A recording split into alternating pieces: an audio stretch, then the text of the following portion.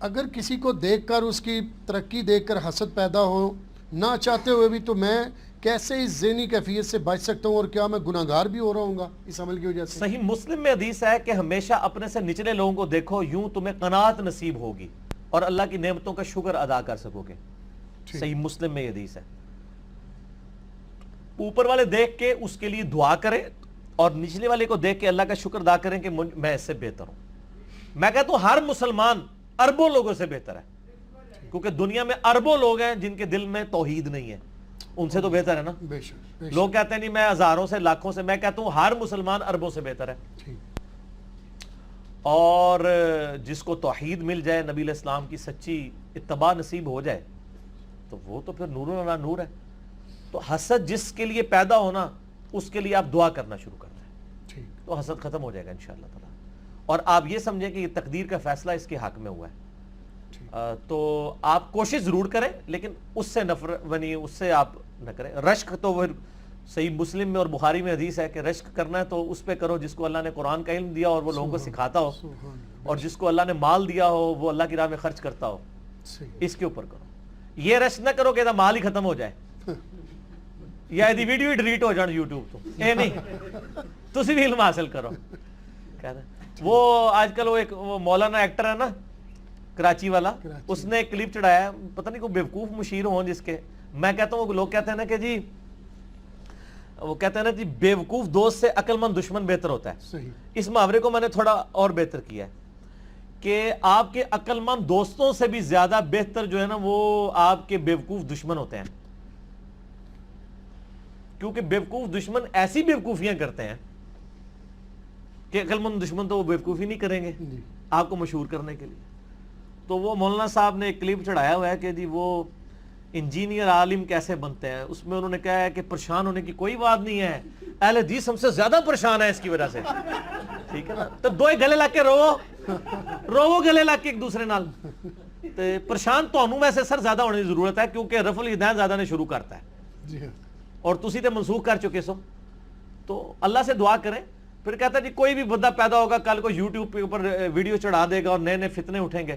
میں کہتا ہوں جی آپ کوئی 5-6 انجینئر ہائر کریں نا، ان کی ویڈیو چڑھائیں، ہم دیکھتے ہیں لوگ کیسے دیکھیں گے. سر کوئی مواد ہوگا، سچائی ہوگی تو ایکسیپٹیبل ہوگی.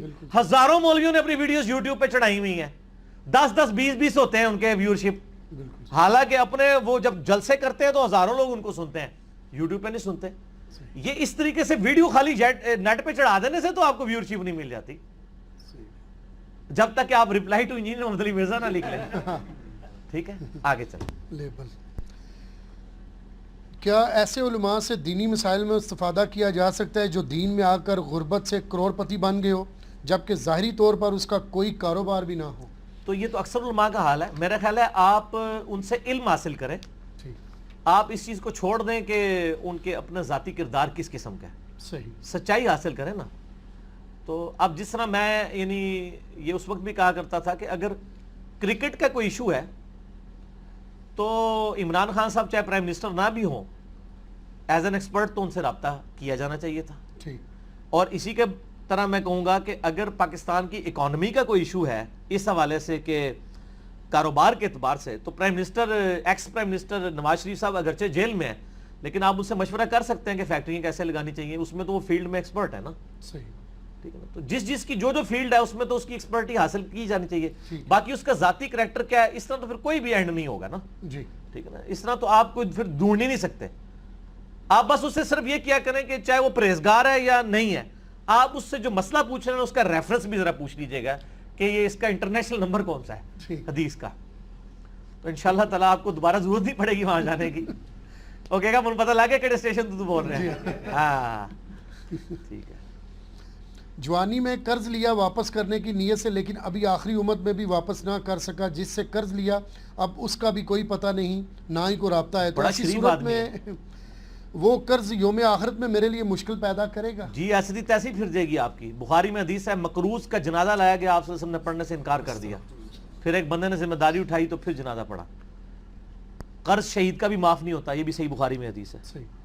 تو اگر اس نے قرض لیا تھا، اب آپ کو نہیں پتا وہ کون ہے، آپ اتنی رقم اللہ کی راہ میں خیرات کریں اور یہ نیت کریں کہ یہ میں اس کی طرف سے خیرات کر رہا ہوں. ٹھیک ہے. تو اس کا سارا ثواب اسے ملے. تو جب وہ شخص قیامت والے دن شاید وہ خود بھی اتنی خیرات نہ کرتا اپنی زندگی میں, وہ جب قیامت دن اتنی نیکیاں دیکھے گا تو وہ آپ سے ویسے ہی راضی ہو جائے گا کہ مہربانی یار تو خرچ کرتا سی, مجھے تو نیکیاں مل گئی نے, تو اللہ تعالیٰ سے وہ آپ کو راضی کروا دے گا انشاءاللہ. یہی حدیث کے اندر ملتا ہے کہ اس طریقے سے یعنی آخرت میں اللہ تعالیٰ راضی کر دے گا جن کی حق تلفی ہوئی. اور اگر آپ نے کسی سے زیادتی کی ہے تو اس کے لیے دعائے مغفرت کریں, انشاءاللہ اللہ تعالیٰ آپ کو راضی کر دے گا اس سے اور اس کو آپ سے. اسی سے جڑتا ہے علی بھائی کہ جب فرض نماز کے بعد آیت الکرسی کا ذکر کرتے ہیں ہم, تو اس بندے کی اور موت اپنا جنت کے درمیان صرف موت ہے, تو یہ پھر یہ ساری چیزیں ساتھ ہیں میرے بھائی. اسی طریقے سے اگر میں آپ کو کہوں کہ جی انجینئر صاحب کہتے ہیں کہ جی خانے میں صبح 9 سے لے کے شام 5 بجے تک بل جمع ہوتے ہیں, ٹھیک ہے, اور آپ اتوار والے دن پہنچ جاتے ہیں وہاں, تو آپ کیا میرے اس جملے کو ہی لے کے رکھیں گے کہ نہیں وہ علی بھائی نے کہا تھا تو اتوار کو بھی کھلا ہونا چاہیے؟ تو دوسری جگہ یہ کلیئر ہے کہ اتوار کو بند ہوتا ہے. اسی طریقے سے ساری چیزیں بیک وقت صحیح ہوں گی. بالکل صحیح. ایک بندہ نماز پڑھتا ہے, آیت الکرسی پڑھتا ہے, تکبیر اللہ سے پڑھتا ہے, لیکن ماں باپ کے ساتھ اس نے سلوک نہیں کرتا. صحیح بخاری میں حدیث ہے, ایک بڑی نیک عورت تھی, اس نے ایک بلی قید کر دی, وہ بھوکی مر گئی, وہ دوزخ میں جل رہی ہے. صحیح. نیک عورت تھی جس کو نبی نیک کہہ رہے ہیں صلی اللہ علیہ وآلہ وسلم, وہ نیک نہیں ہوگی. تو ساری چیزوں کو پیرلل میں لے کے چلنا, یہ ٹوٹل پیکیج ہے بھائی, پک اینڈ چوز نہیں ہے. ایک پاسوں میں لیکیج ہو گئی نا تو سب کچھ گیا, ایٹ لیسٹ فرائض میں. اس لیے قرآن میں پھر اللہ تعالیٰ نے کہا ہے نا کہ اگر تم بڑے بڑے گناہوں سے بچو گے نا, الا اللمم, چھوٹی موٹی چیزیں اللہ چھوڑ دے. لیکن یہ ہماری بدقسمتی ہے کہ جتنی چیزیں جن سے بچنا ہے نا بڑی چیزوں سے, ساری ہے ہی وہی ہیں, چھوٹی چیزیں تو بہت تھوڑی ہیں. غیبت, جھوٹ, چغلی, وعدہ خلافی, والدین کی نافرمانی, گالی گلوچ, قتل, زنا, حرام خوری, یہ سب کے سب بڑی چیزیں ہیں. ان کو تو اللہ کہہ رہا ہے چھوڑو, چھوٹی موٹی بات. جب اس کو کوئی چھوڑ دے گا چھوٹی موٹی ویسے ہی نہیں وہ کرے گا, پیچھے کا رہ جائے گا.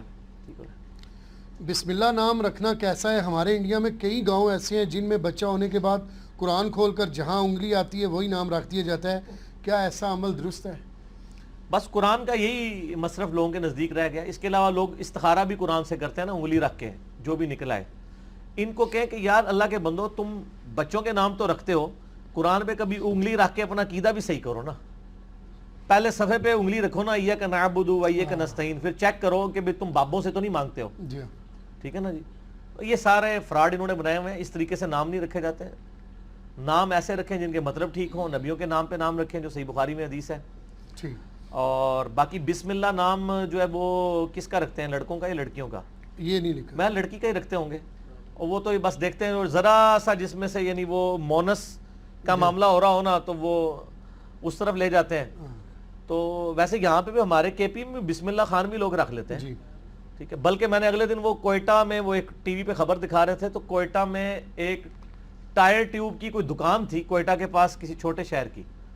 تو اس پتہ کتاب کا نام, اس دکان کا کیا نام تھا؟ لا الہ سٹور. کوئی الہ نہیں ہے, پورا سے لکھو نا لا الہ. ہاں اچھا, یہ چھوٹے بچوں کو بھی مائیں سکھا رہی ہوتی ہیں لا الہ لا الہ, نہیں, بچوں کو سکھانا چاہیے اللہ اللہ, لا الہ نہیں سکھانا چاہیے جب تک کہ بچہ پورا جملہ نہ بول سکے. تو پورا جملہ سکھائیں لا الہ الا اللہ. لا الہ تو کلمہ کفر ہے. ٹھیک ہے, تھوڑی عقل بھی تو استعمال کریں نا. اللہ سکھائیں, اللہ بول بھی لیں گے. تو نام جو ہے اس قسم کے نہیں رکھنے چاہیے جن کے کوئی معنی نہیں بن رہے. صحیح مسلم میں حدیث ہے عبداللہ اور عبد الرحمن اللہ کو پسندیدہ نام ہے, اس طرح کے نام رکھیں. صحابہ کرام کے ناموں میں نام رکھیں جن میں شرکیہ مطلب ہے, جیسے عبد الغوث رکھ لیتے ہیں لوگ. ٹھیک ہے نا, اس قسم کے نام نہیں ہونے چاہیے. اور باقی یہ جو ٹریڈیشنل, میرے خیال ہے کے پی میں زیادہ ایشو ہے ہمارے وہاں, تو لوگوں نے جاپان خان, ہاکی خان, اس قسم کے نام رکھے. یعنی یہ تو خود ہم نے سنے میں, بچی ایک بچی پیدا ہوئی, میرے دوست بتایا, انہوں نے نام اس کا رکھ دیا ہاکی. ٹھیک ہے نا. اچھا اس طرح یہ آپ دیکھیں عورتوں کا نام رکھا ہوتا ہے ہاجرہ. ہاجرہ تو لفظ ہی کوئی نہیں ہے, ہاجر لفظ ہے. لیکن جب تک ہے نہ لگے نا, ان کو یقین نہیں آتا کہ لڑکیوں والا نام ہے. ایک کولو تون دیتی ہے انہوں نے. جیسے یہ ابو سفیان کی بیوی کا نام تھا ہند, ہندا لوگ بول رہے ہوتے ہیں, ہندا لفظ نہیں, ہند لفظ ہے. لیکن وہ ہے اس لیے لگاتے ہیں کہ ان کو یقین ہو جائے کہ یہ عورت ہے. ہر بار نہیں اعلان ہوتی کہ عورت بنانے واسطے. ٹھیک ہے نا جی. اور بعض ایسے نام ہیں جو مرد و عورت دونوں رکھ لیتے ہیں, جیسے انجم, عورتوں کے نام بھی ہوتے ہیں, اور طلت بھی. ٹھیک ہے. ہاں مصباح کافی یہ سر کئی سارے کئی نام ہیں. جی ٹھیک ہو جی. مشکات المصابیح مصباح کی جمع. ٹھیک ہو گیا جی. اچھا ربی جس طرح آپ صلی اللہ علیہ وسلم کو 2 پسند ہے مردوں میں عبد الرحمن عبداللہ، عورتوں میں بھی کوئی ایسا مثال ملتی ہے کہ آپ نہیں عورتوں کے بارے میں حدیث تو کوئی نہیں ملتی ہے لیکن عورتوں میں پسندیدہ نام مریم ہے. ٹھیک ٹھیک ہے نا. قرآن میں آیا نا ٹھیک ہے مریم نام رکھا گیا نا. تو اسی طریقے سے امہات المومنین کے نام پہ، سیدہ عائشہ کے نام پہ، حفصہ کے نام پہ، ٹھیک ہے فاطمہ. دیکھیں جو نبی علیہ السلام کی اپنی بیٹیوں کے نام ہیں وہ تو پسندیدہ ہوں گے نا کیونکہ حضور نے خود رکھے ہیں. ٹھیک ہے تو 4 تو ہیں نا، بالکل صحیح. فاطمہ، زینب اور ام کلثوم اور رقیہ. جی ٹھیک ہے نا. سیدنا علی نے بھی اپنی بیٹی کا نام زینب رکھا تھا اسی لیے، جس نے یزید کے دربار میں خطبہ دیا تھا، ٹھیک حضرت حسین کی جو صحیح. بہن تھی. ٹھیک ہو گیا.